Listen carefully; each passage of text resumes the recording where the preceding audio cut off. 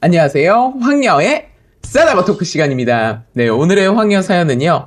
결혼에 돈 한 푼 보태지 않았으면서 신랑 몰래 혼수 요구하는 시어머니에 양가에 드리는 용돈 가지고 따지고 드는 시어머니.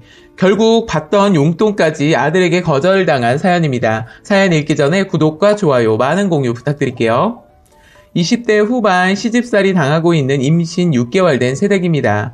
친구들이나 지인들 결혼 준비할 때 보면 행복해하는 것보다 싸우는 것을 많이 봤던 것 같아요. 그리고 드라마 같은 거 보면 뭐 진짜 저런 시댁이 있을까 했는데 그게 바로 저희 시댁이더군요. 일단 저와 신랑은 직업과 연봉 차이부터 얘기를 해야 할 것 같네요. 저는 그룹 과외를 하고 있고 지금은 두탕만 뛰고 있어서 월 수입이 140만 원이에요. 결혼 당시에는 좀 빡빡하게 과외해서 300 정도 벌었습니다. 신랑은 30대 중반에 직업은 자동차 생산직이고 연봉 6천 이상입니다. 결혼은 만으로 1년 조금 넘었어요. 본격적으로 얘기를 시작하자면 우선 신혼집은 일절 시댁에서 도움 없이 신랑이 총각대에 분양받은 3억짜리 새 아파트 30평대에서 시작하였는데 절반이 대출입니다. 그래서 신랑은 중도금 내느라 현금은 없는 상태이어서 제가 모은 돈으로 혼수며 스워드매, 신혼여행 등 모든 비용 부담하고 남은 돈과 친정의 도움받아 대출금 상환했어요. 그리고 저희 집에서 4천만 원 보태주셔서 총 7천 정도 썼어요. 그리고 대출금 상환하는 대신 예물 예단 다 안 하는 걸로 상견례 때 말 끝냈습니다. 그런데 본격적인 시집살이가 결혼 일주일 전에 시작되더군요. 시어머니께서 저를 따로 부르셨는데 쎄한 느낌이 들었지만 일단 만났습니다. 그런데 하신 말씀이 큰 집에 며느리 드릴 때 받은 게 있으니 너도 예단을 해와야 할 것 같아서 불렀다. 암튼 산우한테는 내가 말했다고 하지 말고 큰 집 고모 외삼촌 집에 이불 한 채씩 해. 사촌들 5명이니까 최소 10만 원씩 하고 수지한테는 최소 100만 원 하면 될 것 같다. 대신 우리 거는 안 해줘도 되니까 신경 안 써도 될 것 같다. 라고 하시며 생색을 내시는 거예요. 그러시면서 예물은 원하면 해줄게 하시는데 속으로 열불 터지더군요. 그래도 트집 안 잡히려고 내색하지 않고 웃는 얼굴로 말씀드렸어요.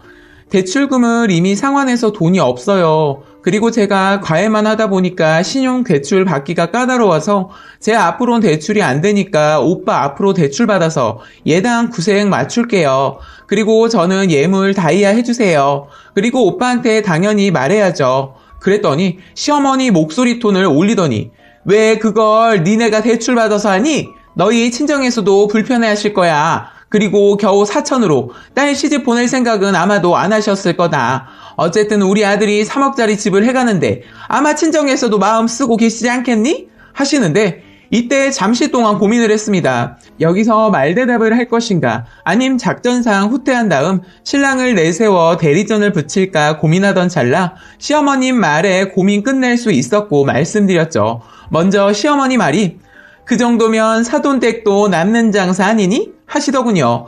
그래서 최대한 예의 바른 얼굴로 대충 이렇게 말했습니다. 겨우 4천이라뇨. 저희 집에선 아주 큰 돈인데요. 그리고 오빠 집이 그만큼 여유 있는지 몰랐네요. 혹시 그럼 대출금 좀 보태주실 수 있을까요? 저희 대출금 아직 1억 남았는데 다 주시면 감사하겠지만 저도 염치가 있으니까 4천만 해주셔도 되고요. 그 정도면 어머님도 남는 장사잖아요? 그럼 저희 부모님한테 예단하자고 부탁드려 볼게요. 라고 말씀드렸네요. 원래 제가 학원 강사 일을 오래 해서 임기응변이 좋은 편입니다. 어머님 딱 표정이 굳으셔서는 내가 하는 말이 무슨 말인지 알고 있을 텐데 영악한 아가씨였네 하시면서 오늘 일은 없던 일로 하자 하시고 일어나시더군요. 그날 삼계탕 집에서 만났는데 음식이 나오기도 전에 일어나셨고 심지어 계산도 안 하고 집에 가버리시더군요. 그날 어머님 뵙고 결혼해도 보통은 아니겠구나 싶었네요. 그래도 크게 개의치 않고 신랑을 믿기도 했고 원래 호전적인 성격이기도 한 저는 어려운 난관이 나올 때 오히려 전투력이 상승합니다. 그날 신랑을 만나 모든 이야기를 다 했습니다. 그리고 어머님이 오빠한테 말하지 말라고 했으니까 절대 아는 척하지 말라고 단속하는 척하며 당부의 말도 하며 무엇보다 부부끼리는 비밀이 없어야 한다고 생각한다며 전부 말했어요. 신랑은 일단 모른 척하고 넘어갈 테니까 혹시라도 또 그런 요구가 있으면 꼭 말해달라고 하더군요. 어쨌든 결국 예단은 시부모 시어머님 돈으로 큰집 고모네 집 이불했다고 하더군요. 큰집 며느리 볼 때 받은 게 있었던 건 사실이었는지 체면 때문에 안 할 수 없어서 했다고 들었습니다. 그렇게 결혼을 하고 소소한 시집살이를 행하더군요. 그런데 저도 절대 가만히 당하진 않는 사람이라 애초에 컨셉을 전 아무것도 몰라요 라는 식으로 눈치 없는 사람으로 나가려 했으나 본래 내 성격을 아는 신랑이 한마디 하더군요. 어른들한테 약 올리는 것처럼 보이니까 차라리 긴 건 기다, 아닌 건 아니다라고 딱 부러지게 말해 라고 말해서 방법을 바꾸기로 했죠. 사실 스스로도 눈치 없는 사람도 아무나 하는 건 아니다라고 느낄 때쯤 시댁에서 밥을 먹게 되었어요. 그런데 제 밥그릇에 이가 나간 것을 보고 다른 그릇으로 옮겨 담으려고 하니까 이번만 그냥 먹으라고 하는 거예요. 솔직히 한 번쯤은 그냥 먹을 법도 한데 괜히 괘씸해서 말했습니다. 전 깨진 그릇에 뭘 먹으면 다치는 징크스가 있어요 라고 말한 뒤 신랑 그릇이랑 바꿨더니 신랑 표정이 너가 그런 징크스가 있다고? 하더군요. 어쨌든 그랬더니 시어머니 새 그릇 들고 오셔서 그릇을 바꿔주려 하니까 신랑이 어머니에게 통박 주며 그냥 이나간 그릇에 밥 먹었고 어머님은 절 째려보더군요. 진짜 짜증났는데 눈치 없는 사람 컨셉이다 보니 받아칠 말이 마땅치 않아서 그냥 그 컨셉은 때려치웠습니다. 그 이후 바른말로 시집살이에 맞서다 반년 전에 사건이 터졌습니다. 저희는 양가에 용돈을 매달 20만원씩 드리고 있는데 신랑이 결혼 전에는 100만원씩 드렸다고 해요. 저는 원래 안 드렸는데 시댁만 드릴 수 없다는 신랑의 주장에 양가 20씩 드리면서 시댁에 100만원 드리는 것을 줄였습니다. 월 40이 적은 돈은 아니지만 제가 아직 철이 없어서 그런가 그 돈이 없어도 사는데 지장이 없다고 생각하기에 전혀 아깝지 않더군요. 저희 엄마는 저희가 드린 용돈 안 쓰고 저 아기 낳으면 준다며 적금 넣고 있다고 들었어요. 받으면 들고 있다가 아빠 정년퇴직하시면 그 돈 보태서 여행 보내드릴 생각이에요. 어쨌든 이 용돈 때문에 사건이 발생하고 말았네요. 시댁에서 저녁 식사 후 신랑하고 아버님은 낚시 가시고 집엔 여자들끼리 남아서 TV를 보고 있는데 시누이가 운을 떼면서 왜 엄마 용돈 줄였냐고 묻더군요. 애도 아직 없는데 벌써 줄일 필요 있냐면서요. 그래서 이제 대출금도 갚아야 하고 아기 낳으면 당분간 과외도 힘들 거라 생각하고 미리 돈 모아두려고 그렇게 했다고 했더니 시누이가 그래도 100만원에서 20으로 줄이는 건 너무했다. 기존 지출이 있는데 갑자기 용돈을 줄이면 어떡하냐고 따지듯이 말하더군요. 그런데 참고로 아버님 아직 일하고 계시고 근속 40년 된 아주 훌륭한 근로자이십니다. 시누이한테 열받았지만 화내선 안 된다고 판단해서 조곤조곤 말했습니다. 벌이에 맞게 지출을 줄이는 게 맞고 아가씨는 아직 아이는커녕 결혼도 안 했는데 왜 용돈을 드리지 않아요? 어머님이 안타깝거든 아가씨가 나머지 80만원 드리세요 라고 했습니다. 아니 아가씨가 벌이가 안 되면 말도 안 해요. 아가씨는 물리치료사고 연봉이 2,500 정도 되는 걸로 들은 게 있어서 그렇게 말했더니 얼굴이 막 뻘개가지고 자기는 벌이가 적어서 안 된다고 하면서 오빠 연봉이면 50만원 정도는 충분히 감수할 수 있지 않냐고 따지면서 100만원이 힘들면 50이라도 드리라고 언성을 높이더군요. 이때까지도 어머님 아무 말씀 없으셨는데 제가 어머님 50만원 드리면 친정도 50만원 드려야 하고 그럼 결국 월 100만원 지출로 나가서 힘들어요. 자꾸 그런 소리 할 거면 오빠한테 직접 이야기하세요 라고 말하자 이 말에 난리가 났어요. 친정에도 용돈 주는 건 몰랐는지 고작 월 20만원에 시어머니는 시누이에게 완전 시집 잘했다고 하면서 비꼬듯이 말하더군요. 시어머니는 아들이 쎄빠지게 번 돈을 친정집에 갖다 박는다고 하면서 소리소리 지르시길래 저도 할 말했죠. 딸도 자식인데 왜 주면 안 되냐고 했더니 벌이가 차이가 나는데 양가 똑같이 주면 안 되는 거라고 버럭 화를 내시는 겁니다. 그래서 사위도 자식인데 왜 사위가 번 돈으로 용돈 받으면 안 되냐고 했더니 왜 사위가 자식이냐고 사위는 평생 손님이라고 답하시더군요. 이날은 너무 화가 나니까 오히려 차분해져서 그럼 그렇게 하겠다고 앞으로는 아들 돈은 아들이 관리하게 하고 내 돈은 내가 관리하며 한 집에서 각자 살겠다고 말했습니다. 그리고 나서 신랑한테 들어오라고 해서 신랑 불러다 놓고 이러이러한 얘기를 했다고 말했습니다. 처음엔 다 같이 있는 데서 내가 말하려 했으나 흥분한 시누이와 시어머니가 끼어들어 자기들 유리한 쪽으로 말을 해서 따로 얘기를 하게 되었죠. 사실 시집 잘 왔느니 친정으로 빼돌렸다느니 이런 말은 다 빼고 말했어요. 그리고 나서 신랑이 두 분과 얘기를 하더군요. 시누이랑 시어머니 거짓말은 안 하기에 그냥 두고 보면서 사실 신랑 반응이 궁금하기도 해서 참견하지 않고 있었는데 신랑 반응 놀랍게도 신랑은 그 자리에서 그러겠다고 각자 돈 관리하자고 생활비 얼마씩 내고 나머지는 각자 관리하겠다고 하더군요. 시누이랑 시어머니 막 의기양양하고 아버님은 속 시끄럽다며 담배 피우러 나가시고 전 실망했지만 티 내지 않으려고 했었습니다. 그런데 신랑이 하는 말이 앞으로는 용돈은 못 드린다고 아파트가 본인 명의이니 대출금은 본인 월급으로 다 상환할 거고 와이프한테 월급도 지불해야 하니까 용돈 못 드린다고 하더군요. 어쨌든 아파트가 공동 명의인데 시댁에 알리지 않은 상태인데 신랑이 그렇게 말하더군요.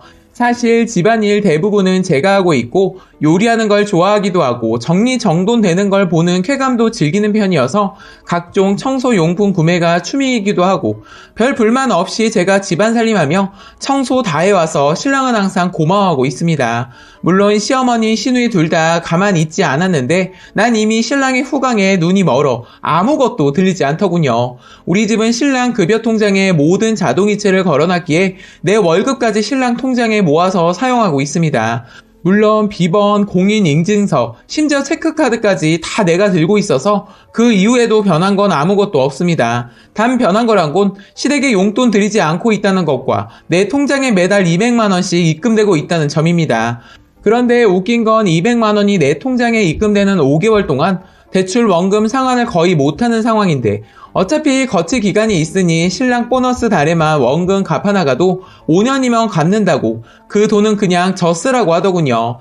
그리고 신랑이 친정 용돈은 원래 나가던 신랑 통장에서 계속 이체되게 하고 있으며 어쨌든 그 200만 원은 고스란히 쌓이는 중입니다. 어쩌면 신랑은 내가 알아서 시댁 용돈을 챙기길 바랄 수도 있겠다 생각도 들었지만 그러나 그 일 이후 은근히 하던 시집살이가 노골적으로 바뀌었기에 그럴 마음 싹 다 접어버렸습니다. 난 여전히 바른말하며 며느리 도리하고 있으며 신랑도 여전히 무심한 듯 하면서 가끔 사이다 먹여주고 중재 역할도 잘해주어서 날 기쁘게 해서 그런지 이젠 시집살이도 나름 재밌네요.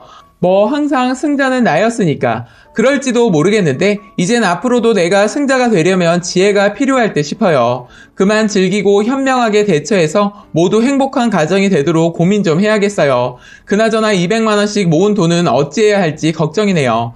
대출금 상환이냐 아니면 진짜 미친 척하고 써버리냐 생각을 해봐야겠어요. 좋은 의견 있으시면 의견 주시고 욕보다는 며느리 입장에서 생각하셔서 글 남겨주세요. 라고 사연 올려주셨고요. 추가 사연이 있습니다.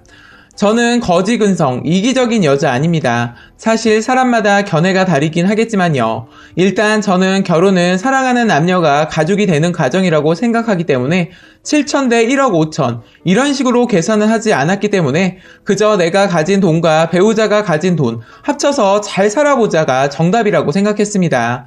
제가 가진 돈이 적다 보니 어찌 보면 거지 근성으로 비칠 수는 있다고 생각이 들겠지만 만약 반대로 내가 1억 5천이고 배우자가 가진 돈이 3천이라면 그것에 맞춰서 계획을 세웠을 거예요. 그리고 남편이나 저나 네 돈도 내 돈, 내 돈도 네 돈 이렇게 생각하지만 부모님 돈은 부모님 거다라고 생각했기 때문에 처음 결혼 계획을 짤 때도 제 돈 3천만 원 있다고 했고 서로 양가 부모님 도움 없이 결혼하자고 했습니다. 그렇지만 친정집에서 꼭 보태주고자 하였기에 빚지는 마음으로 4천만 원 받은 거였고요. 친정 오빠가 저보다 1년 전에 장가 갈 때는 1억 3천만 원 해줬는데 저한테는 안 해줄 수 없다고 하시면서 그때 형편에 무리하지 않고 도와주실 수 있는 수준이 딱 4천이라고 하시면서 도와주셨어요. 어찌됐든 저와 남편이 모은 돈 합쳐서 결혼을 하게 되고 감사하게도 친정집에서는 도움을 주시게 된 거죠. 그런데 거기에 시댁에서는 도움을 주시기는커녕 물론 바라지도 않았지만 상견례 때 합의된 내용을 뒤집어서 예단까지 요구하시고 그것도 아들 몰래 말입니다. 그래서 저도 그냥 그리지 않겠다고 나선 거예요. 솔직히 이런 상황을 글로 쓰니 설명하기 굉장히 힘드네요. 다시 한번 말씀드리지만 1억 5천은 남편 돈이지만 시댁에서 나온 돈이 아닙니다. 시댁에 받았다면 저도 예단을 했었겠죠. 진짜 시댁에선 단돈 10,000원도 받지 못했습니다. 당사자들이 이미 합의 보고 거기에 동의하고선 이미 남의 돈 전부 대출금 상환해서 현금 없는 상황에 예단 요구하는 게 비정상적인 거 아닌가 싶어요. 글로 누군가를 설득한다는 게 참 어렵네요. 그리고 글이 길어져 쓰진 않았지만 숱한 시집살이가 있었습니다. 같이 시댁에 갔다가도 신랑은 주말 특근 가고 저는 집으로 가는데 수박이며 열무김치 싸주시면서 콜택시 부르지 말고 버스 타고 가라고 소리친 적도 있습니다. 생신상 집들이 반찬차별 등등 어지간한 레파토리는 다 나왔었습니다. 그리고 심지어 태어날 아기 이름은 세례명 천주교로 하라고 강요도 하셨습니다. 참고로 신랑 무교이고 저는 불교입니다. 저 가회가 늦어져 12시 넘어서 귀가한 거 알고는 심지어 그럴 땐 집 비밀번호 바꾸라고 하시고 신랑 전 여자친구가 지금 대학교 교수라며 비교하고 잘난 아들이 저를 데리고 사는 거에 운 좋은 여자 취급도 숱하게 당했습니다. 물론 듣고만 있진 않았지만요. 단지 세세한 에피소드를 안 썼을 뿐이지 제가 당한 일들이 아무 일도 아닌 걸로 외도하지 말아주셨으면 좋겠습니다. 솔직히 왜 시댁 때문에 잘 주던 친정 용돈까지 안 드리나요? 그리고 남편이 연봉 더 높으면 시댁의 부당한 대우에도 참고 살아야 하는 건가요? 그게 종년팔자라고 밖에 볼 수 없는 거겠죠. 제 몫에 일을 해서 돈을 벌고 있고 그게 남편보다 적다고 해서 깨갱해서 살고 싶지는 않거든요. 전 제 부당한 대우에 스스로를 보호하는 거지 당연히 받아야 할 대우에 반항하는 게 아닙니다. 그냥 가볍게 쓴 글이지만 이렇게 추각을 올리게 되네요. 라고 추가글까지 소개해드렸습니다. 오늘의 사연 여기까지였고요. 많은 공유와 여러분들의 생각이나 느낀 점이 있다면 댓글로 표현해보시기 바랍니다.